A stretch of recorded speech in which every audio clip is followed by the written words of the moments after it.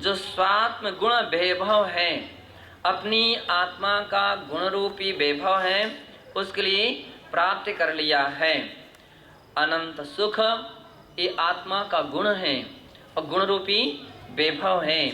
अनंत ज्ञान ये आत्मिक गुण का वैभव, ये आत्मिक गुण रूपी वैभव है। अनंत दर्शन, अनंत शक्ति, ये सब आत्मिक गुण का गुण रूपी वैभव है। तो ऐसे अपने आत्म गुण रूपी वैभवों को जिन्होंने प्राप्त कर लिया है तथा जाति जरा मरणात्मक संसार रहिता एव भवन्ति।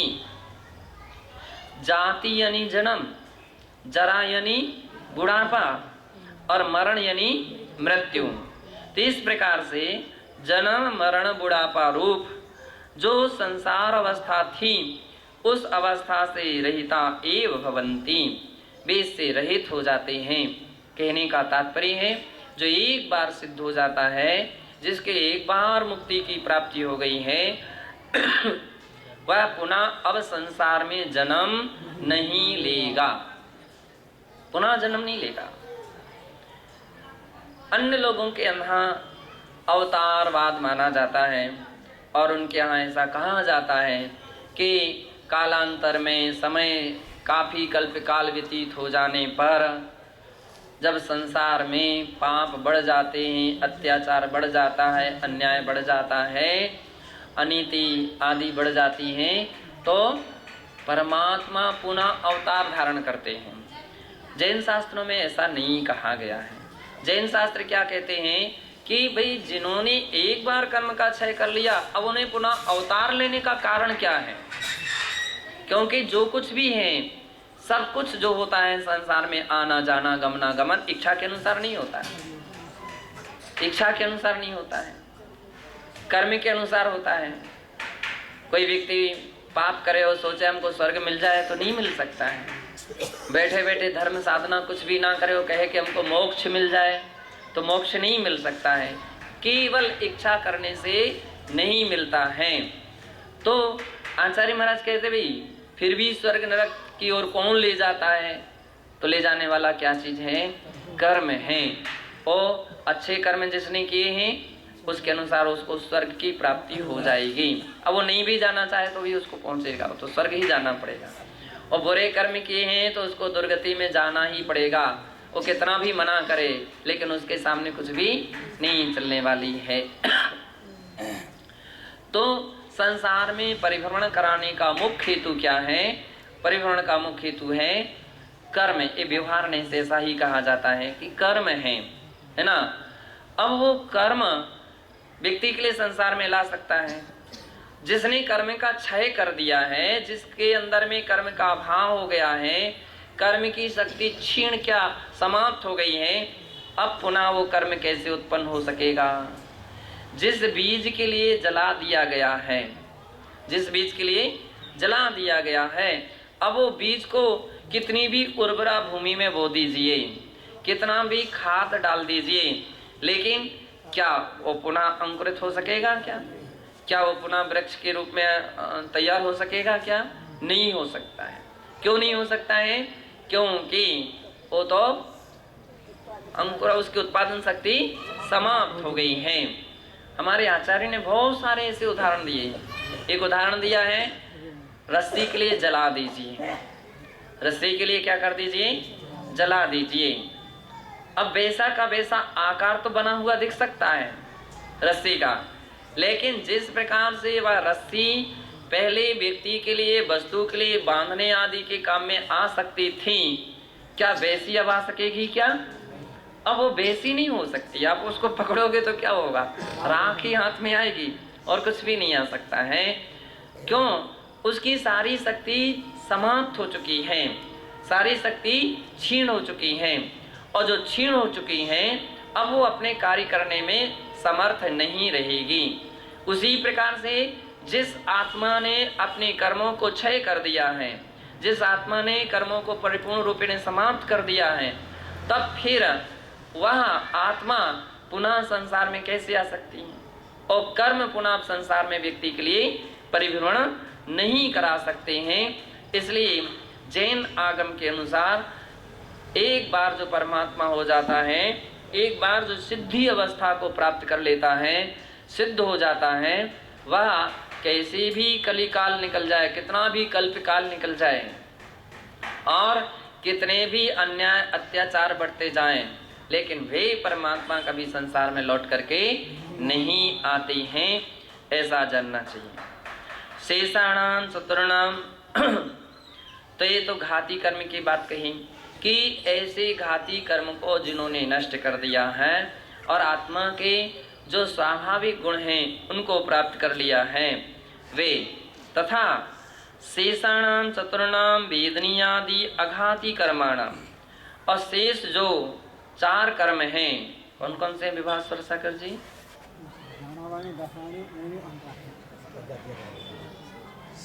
एक घातिया कर्म है कि अघातिया? हाँ घातिया कर्म, हाँ मोहिनी आयु नाम वो अंतरा, ज्ञानावाणी दशमणि मोहिनी अंतर आयु नाम वो ज्ञानावाणी दशमणि वेदनी मोहिनी आयु नाम वो अंतरा आस्था।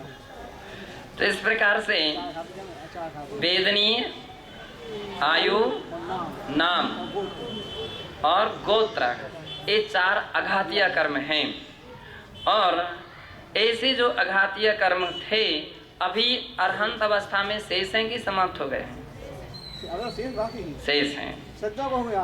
तो अघाती चतुर्णाम वेदनीयादि अघाती कर्माणाम तेषां सद्भावेपि, उन 4 अघाती कर्मों के सद्भाव होने पर भी शुक्ल ध्यानाग्निना अर्धदग्ध बीजवत तानि निशक्ति कानि भवन्ति, वे अघातीय कर्म हैं बने रहें, लेकिन वो कैसे हो गए? निशक्तिवत हो गए, अर्धदग्ध बीजवत। बीज तो है, प्रासुक कर लो भली कर लो, लेकिन फिर भी अभी वो बीज ही कहा जाएगा, अभी वो राख नहीं कही जाएगी। अभी क्या है? अर्धदग्ध यानी प्रासुक हो गया। अब ऐसी अर्धदग्ध रूप अवस्था जो है, अर्धदग्ध बीज की तरह वे अघाती कर्म हैं, निशक्ति का नहीं, वे अब आत्मा का कुछ भी बिगाड़ नहीं कर सकते हैं। वेदनी कर्म तो है किसको? अरहंतों के लिए, लेकिन उनके लिए वेदना का कारण नहीं, वेदना का कारण नहीं है, वेदनी है, परिचय है।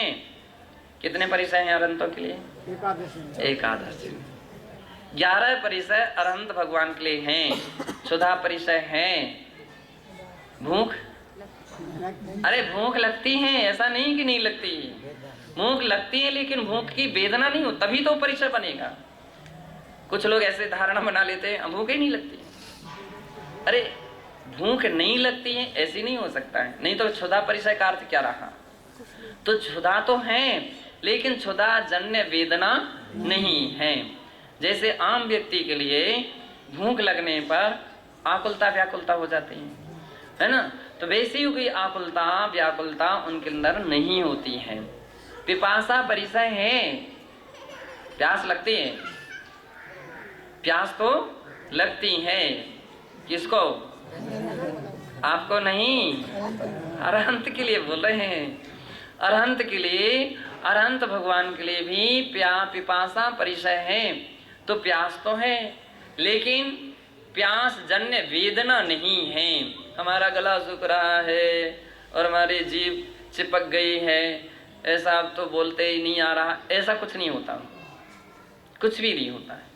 परिचय है बस, सहज स्थितियां, क्योंकि वेदनी कर्म है और वेदनी कर्म में तो अपना असर तो डालेगा, अपना प्रभाव तो डालेगा, अन्यथा उसकी सत्ता का कोई महत्व ही नहीं रहेगा।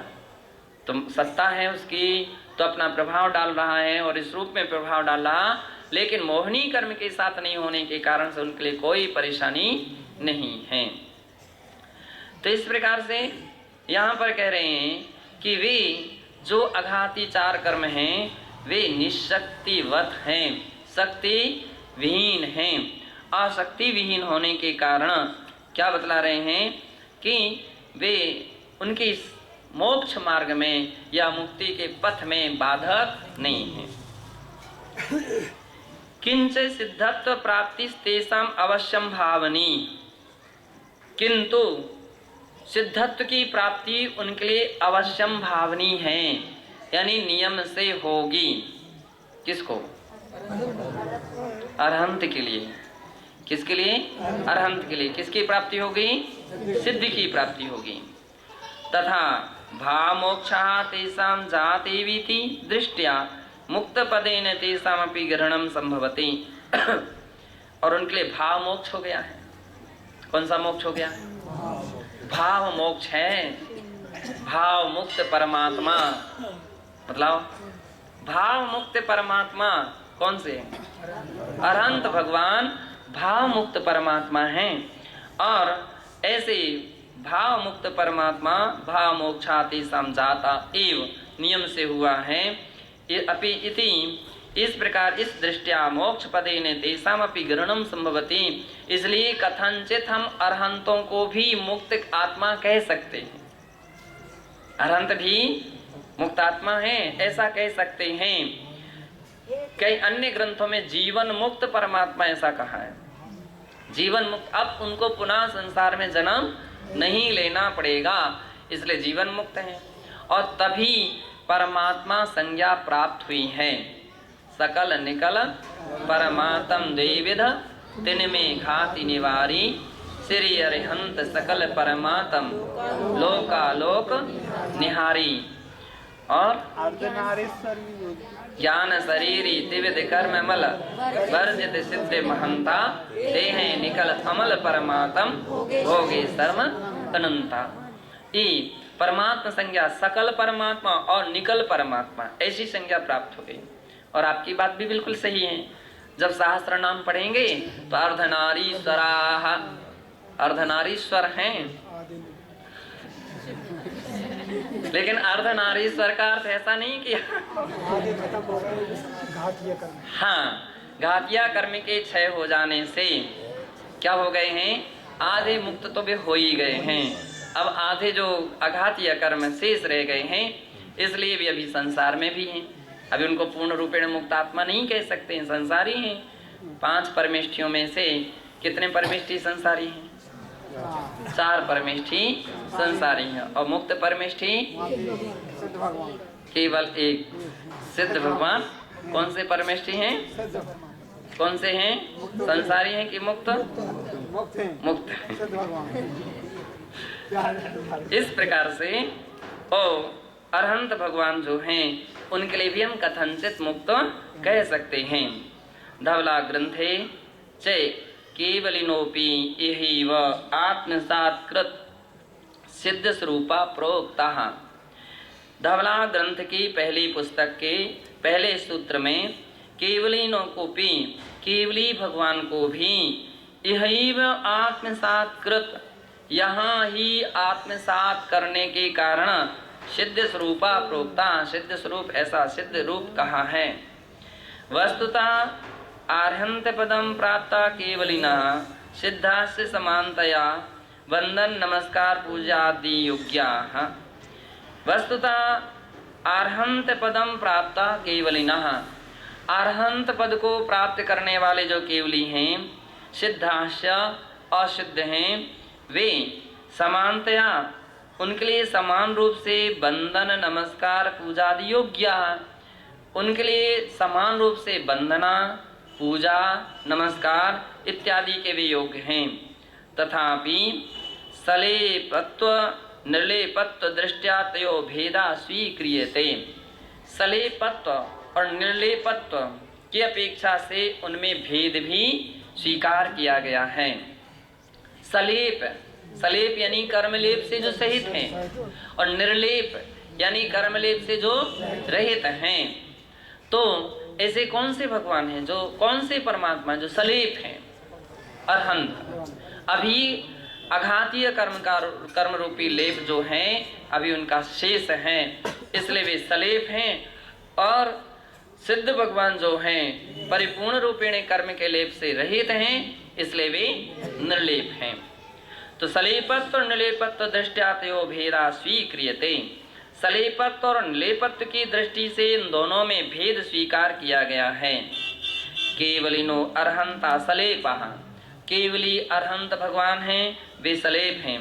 सिद्धास्तु सर्वतो भावेन निर्लेपा भवन्ति, और सिद्ध जो हैं और सर्वतो भावेन पूर्ण रूपेण निर्लेपा भवन्ति, निर्लेप हैं या निर्लेप होते हैं। सर्वम एतत् प्रतिपादितम च धवला ग्रंथे, यह सभी बात इस प्रकार से धवला ग्रंथ में प्रतिपादन की गई है। पहली पुस्तक के पहले सूत्र में भी कहा है सिद्धानाम अर्हताम च को भेदिति चेन, सिद्धानाम अर्हतानाम को भेदिति चेत, सिद्धों में और अरहंतों में क्या भेद है, ऐसा पूछने पर उत्तर देते हैं नष्टाष्ट कर्माणः सिद्धा नष्ट घाती करुणो अर्हंता इति तयोर्भेदाः। धवला जी की व्याख्या है, क्योंकि आचार्य वीरसेन महाराज ने प्राकृत का भी प्रयोग किया और संस्कृत का भी, अभी संस्कृत में उल्लेख आ रहा है। क्या बोल रहे हैं? नष्टाष्ट कर्मणः सिद्धा, बतला रहे अरहंत और सिद्धों में क्या अंतर है। तो जिन्होंने अष्ट कर्मों को नष्ट किया है वो सिद्धा, सिद्ध हैं, और नष्ट घाती कर्मणो अर्हंता, जिन्होंने घाती कर्मों को नष्ट किया है वो अरहंत हैं। इति तयोर भेदाः, इस प्रकार से इन दोनों में भेद हैं। नष्टेषु घाती कर्मसु आविर्भूताशेष आत्मगुणत्वात्, और नष्टेषु जो नष्ट कर दिए हैं जिन कर्मों को, ऐसे घाती कर्मों के नष्ट कर देने पर, अर्थात संपूर्ण घातिया कर्मों के नष्ट करने पर आविर्भूत आत्मगुणत्वात्, आविर्भूताशेष आत्मगुणत्वात्, अशेष यानी आत्म संपूर्ण आत्मगुण का आविर्भाव हो गया है। अब उनके आत्मगुण को घात करने वाला कोई वस्तु नहीं रही है, इसलिए विशेषता दे दिया अशेष यानी संपूर्ण आत्मिक गुणों का जिन्होंने आविष्कार किया है। ना गुणकृत तयोर भेद इति चेन ना, आचार्य महाराज यहाँ कह रहे हैं कि ना गुणकृत तयोर भेदः, इसलिए उन दोनों में क्या गुणकृत कोई भेद है? तो आचार्य कहते ऐसी बात नहीं है कि अरहंत सिद्ध और अरहंत परमेष्टि में गुणकृत भेद नहीं हो सकता। अब एक प्रश्न किया गया कि भाई गुण की अपेक्षा से भेद नहीं है, फिर तो गुण की अपेक्षा से तो अरहंत सिद्ध एक ही हो गए, ऐसा प्रश्न है। तो आचार्य कहते थे चेत ना, ऐसा नहीं सोचना चाहिए, ऐसा नहीं विचारना चाहिए। क्यों? अघाति कर्मोदय सत्वोपलम्भात, क्या आचार्य महाराज कह रहे हैं कि अभी अघाती कर्म का सत्व जो है, कर्मोदय रूप जो सत्व है, उसका तो उपलम्भ है, यानी उसका सद्भाव है। अभी अरहंतों के लिए अघाती कर्म का उदय चल रहा है। अगर सर्वथा ऐसा मान लेंगे कि दोनों में कोई भेद नहीं है, तो फिर दो परमिष्टि, फिर एक परमिष्टि कम हो जाएंगे, परमिष्टि कम हो जाएंगे, फिर घाती अघाती कर्म का कोई भेद नहीं रहेगा। तो आचार्यों के वाक्य तो कैसे होते हैं? और पूर्वा पर विरोध रहित होते हैं, और इतने सूक्ष्म विषय का प्रतिपादन करने वाले होते हैं, गंभीर हुआ करते हैं। सहसा वे किसी प्रश्न का उत्तर या सहसा कोई विषय उनके विचार में आ जाए और सहसा प्रकट करने वाले नहीं होते हैं। हर वाक्य के विषय में उनका गहरा चिंतन होता है, और चिंतन मंथन के पश्चात वे क्या करते हैं, उसके उपरांत फिर उसका प्रतिपादन करते हैं, कहते हैं या लेखन करते हैं। इसलिए आचार्य महाराज ने कहा कि आप कभी ऐसा नहीं समझ लेना कि आत्मिक गुणों तो दोनों के समान हैं, और आत्मिक गुण दोनों के समान हैं तो इसलिए अरहंत सिद्ध एक ही हो गए हैं, ऐसा नहीं समझना। क्यों? तो उसका कार्य आज उत्तर दिया कि अघाती कर्मोदय सत्वोपलम्भात, अभी उनके अघाती कर्म रूपी सत्व का उपलम्भ है, यानी अघाती कर्म के उदय का उनके पास सद्भाव है, भी उदय पाया जा रहा है। तानी शुक्ल ध्यानाग्निना अर्धदग्धवत्वात् संत्यपि न स्वाकारी कर्तृणी इति चेन्ना। तानी शुक्लाग्निना, इसलिए वह शुक्ल ध्यानाग्निना, शुक्ल ध्यानाग्नि के द्वारा अर्धदग्धवत्वात्, अर्धदग्धवत्वात् अर्थात अधे जले हुए हो जाने के कारण स्वाकार्य कर्ताणी इति चिन्ह, अर्थात वे सत्य रूप से विद्यमान रहते हुए भी अपना कार्य करने में समर्थ नहीं हैं, ते भी बात सर्वथा ऐसा नहीं। प्रश्नकार कहे कि क्या वो समर्थ नहीं है, यानी तर्क पर तर्क कर रहा है, तो आचार्य महाराज कह रहे हैं कि इति चेत ना, ऐसा भी नहीं करना चाहिए। क्यों? पिंड निपाता भावात अन्यथानुपत्ति, क्योंकि शरीर के पतन का भाव अन्यथा सिद्ध नहीं हो पाएगा।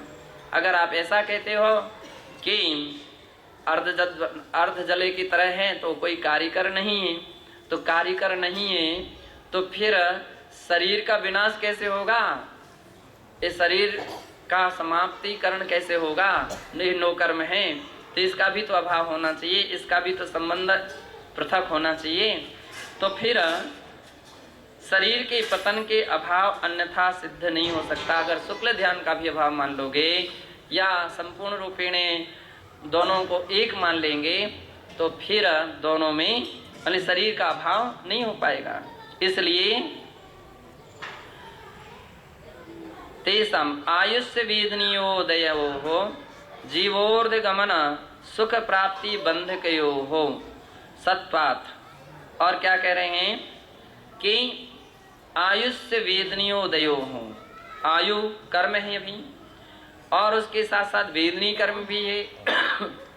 उनके उदयो हो, उनके उदय होने पर जीवोर्धगमन सुख प्राप्ति बंधक यो हो, जीव का जो ऊर्ध्वगमन स्वभाव था और सुख प्राप्ति था, आत्मा की वास्तविक सुख की प्राप्ति अवस्था थी, उसका प्रतिबंधक होने के कारण उसका भी सत्व है, उदय है।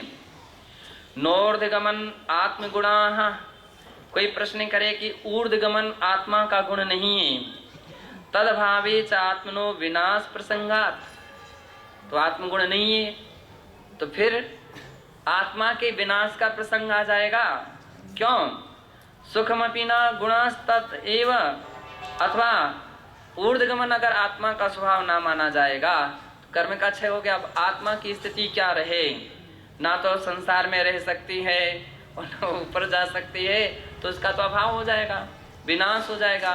तो जैसे बौद्ध मत में प्रदीपवत कहा है कि कर्म के क्षय हो जाने पर आत्मा क्या हो जाती, प्रदीपवत, दीपक की ज्योति की तरह वो सारे आकाश में विलीन हो जाती है, समाप्त हो जाती है, अस्तित्व ही नहीं रहता है। फिर उसकी मान्यता में और आपकी मान्यता में कोई अंतर नहीं रहेगा। दूसरी बात क्या कहते हैं कि आत्मा का विनाश का प्रसंग आ जाएगा, सुखमपि न गुणास् तत् एव।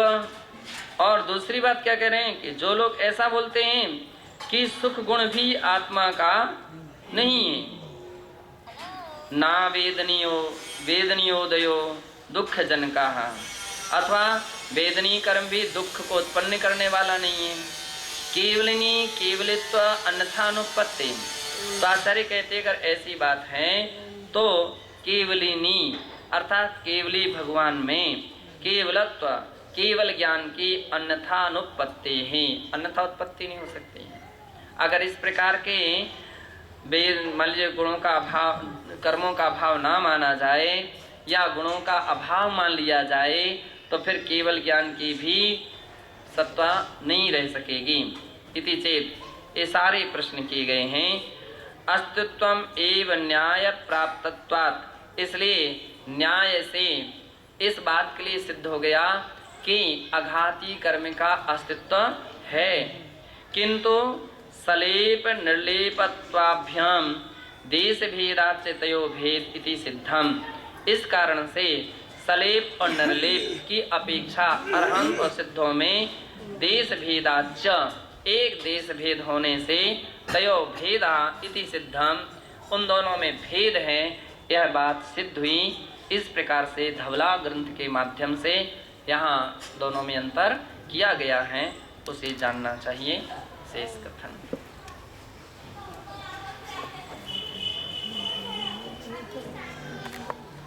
अथा